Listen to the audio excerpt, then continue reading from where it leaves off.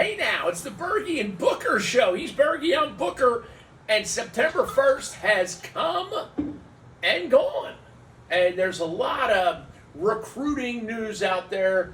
We're lacrosse guys, quite obviously. And, kids, you get your message from that dream school or you don't. And you got to deal with that as well as you can. Congratulate your friends that did get it. Pick up your friends who didn't get it. And continue to be a productive member of society. Your thoughts on September 1st? So, here's my problem with September 1st. I think it's dumb that coaches cannot speak to you at all, and then all of a sudden on September 1st, they can offer you and they can talk to you, and Agreed. it's magical day where we can go from, and the kids sit here and really have no idea who's going to contact them. Why is there not a buffer? Why is there not a September 1st they can start talking to you? And October 1st, they can offer you. How about the kid? And again, I understand that the club coaches and the high school coaches are in constant contact, and kids have an idea. But I know people that we have a daughter who schools contacted her, and she had no idea who they were. And I have friends of mine whose kids got contacted from some pretty darn good schools, Division I, and good academic places, and they had no idea it was coming. And there's also 24 still looking for places now, and the 25s. Where's the opportunity for a kid to say, well, listen, can I talk to you? Can I come meet the coach if you haven't met him? Can I come look at the school? I think the schools have gotten, colleges now, everything's about get to my prospect camp. If you're not going to get to my prospect camp, that doesn't mean you're not interested in me, because they want the $300. They want and here. So you got the 25s, who we don't have one in the family, but we have a lot of friends with 25s, and obviously we got some that we know and are a part of our club. So some of them have been contacted. A lot, if they're a Division II or Division III guy, they probably haven't been contacted yet. A lot of that will happen in the spring and the summer, moving into their senior year, which is great. But now, Duke, our son, who's a 26, and this isn't a complaint. This is just a whole bunch of emails. Hey, now that you're a 26, we can talk to you in less than a year. We would really like you to come to our prospect camp. Here are the 6 or the 8 days. Okay, so my question is, you've got a kid who, and a lot of those could be BS. Could just be, okay, you're on the list. Yeah. He played the All-American game. He plays on the FLC team. Maybe his coach said these are the 3 best 26s I have. Whatever the process is, he somehow got on these college lists.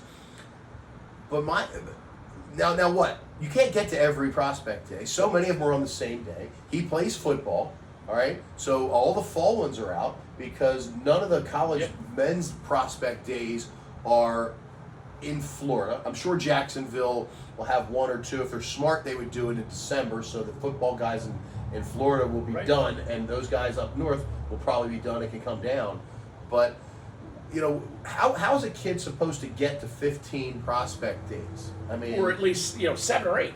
Yeah, and then with the college football, college lacrosse starting in February, they don't have prospect days in the winter. And then you just struck a chord with me too, because when kids want to look at schools, and if you go look at 4 or 5 schools, all of a sudden somebody can say, oh, they're shopping them around. Like, no, they're not. They're trying to look at schools. Like, I had that same complaint when I was coaching high school. We used to, get in touch with 7th and 8th graders and help them make the best decision for their academic future. And hopefully they would come to our school if we, or whatever. But if they found out that they're looking at, BL, Gilman, St. Paul's, and Calvert Hall, which are all exceptional schools, like all of a sudden, oh, they're shopping them around. Like, no, they're not. They're just trying to look at schools. Well, and 2 things on that point. Number 1, schools in July and August are not what schools look like in September, October. We lived in State College for 10 years. State College, Pennsylvania in June, July, and August looks nothing like what it is. In fact, without getting, too unpolitically correct here, if you lived in State College during the summer only, you would think that State College is predominantly one color and one sexual way, because that's the only that was all that was there at that time. Townies, we used to call them. Well, it's crazy. But so schools don't look like they do. So you want to take your son or your daughter to a school in September, in October, in November, maybe in February, because you got a kid that lives in Florida, North Carolina. You know how many stories there are of boys and girls going and playing lacrosse from Florida, going to St. Bonaventure and being done in a year because they don't realize how freaking cold it is or something like that. But so schools don't look the way they are, and the other thing is, how in the world are you going to I don't know how, if you don't talk to a coach, okay? Right. How can you make a decision How can you make a in decision? 48 hours? But more importantly, it's not a full ride. This isn't football. The best players in the country, maybe a handful of them, get full rides.